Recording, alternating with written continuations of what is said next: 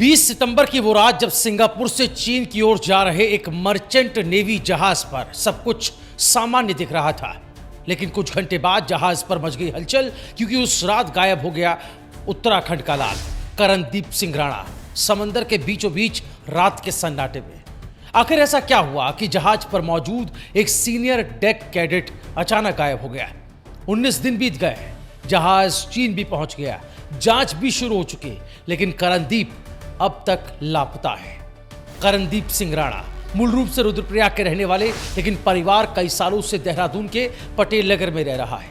Karandeep merchant navy में senior deck cadet के पद पर तैनात थे, एमटी फ्रंट प्रिंसेस शिप। जी हाँ, इसी पर वो अपनी जिम्मेदारियां निभा रहे थे। 18 अगस्त को वो सिंगापुर से जहाज पर सवार हुए।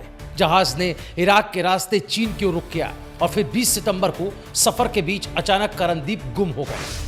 उनकी मां शशि राणा और बहन सिमरन के लिए यह खबर बिजली बनकर गिरी। 20 सितंबर की दोपहर करणदीप ने अपनी मां को आखिरी बार बात की थी। 7 मिनट की वो कॉल, जिसमें उन्होंने कहा था मम्मी अब ठीक है। और फिर उसी रात 9:30 बजे डीजी शिपिंग से फोन आता है कि आपका बेटा लापता हो गया है। आगे बढ़ने से पहले एक बार फिर उस पूरी टाइमलाइन पर आप निगाह दौड़ा लीजिए।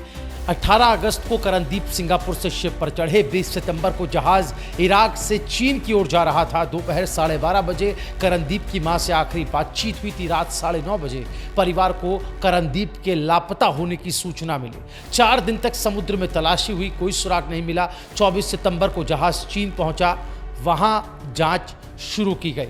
19 दिन बीत गए, अब तक कोई जवाब नहीं आया। जहाज पर आखिरी बार करणदीप को चीफ कुक ने देखा था। बताया गया कि वो रात को तस्वीर खिंचवाने के लिए या खींचने के लिए बाहर निकले थे, क्योंकि दिन भर के काम के बाद उन्हें फोटो चीफ ऑफिसर को भेजनी होती थी। लेकिन अगली सुबह बस एक जूता और एक कैमरा मिला, उसी जगह से जहां उन्हें आखिरी बार देखा गया था। जूता और कैमरा 2 दिन बाद परिवार को उसकी जानकारी दी गई, लेकिन कोई पुख्ता प्रमाण नहीं। क्या करणदीप हादसे का शिकार हुए या किसी साजिश का? अब जहाज चीन पहुंच चुका है, जांच चल रही है, लेकिन परिवार को न तो पारदर्शिता दिख रही है, न ही भरोसेमंद कोई जवाब मिल रहा है।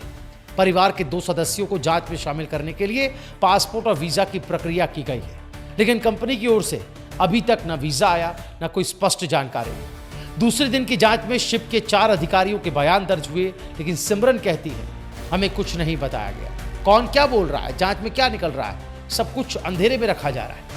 परिवार लगातार डीजी शिपिंग से संपर्क में है, सोशल मीडिया पर अपील कर रहा है, पीएम, सीएम और कई अधिकारियों को पत्र लिख चुका है, लेकिन कोई ठोस मदद नहीं मिली। एक मां जिसकी आखिरी बातों में बेटे ने कहा सब ठीक है, एक बहन जो 19 दिन से हर फोन कॉल पर उम्मीद से कान लगाए बैठी, और एक परिवार जो हर गुजरते दिन के साथ जवाब मांग रहा है, लेकिन उन्हें मिल रहा है सिर्फ सन्नाटा।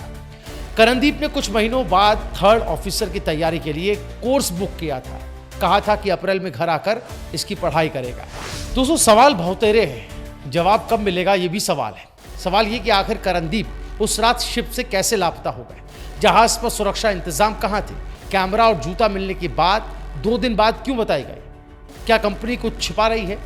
चीन में चल रही जांच में परिवार को अंधेरे में क्यों रखा जा रहा है? ये सिर्फ एक परिवार की कहानी नहीं है, ये सवाल पूरे सिस्टम से है, एक ऐसे सिस्टम से जो समुद्र में अपने ही नागरिक के लापता हो जाने पर भी प्रक्रियाओं के पीछे छिपा हुआ है। करणदीप का परिवार आज भी एक उम्मीद के सहारे जी रहा है दोस्तों, कि कहीं से कोई अच्छी खबर आए, कोई जवाब मिलेगा, उनका बेटा वापस लौटेगा। लेकिन जवाब आएंगे तभी जब आवाज़ बुलंद होगी।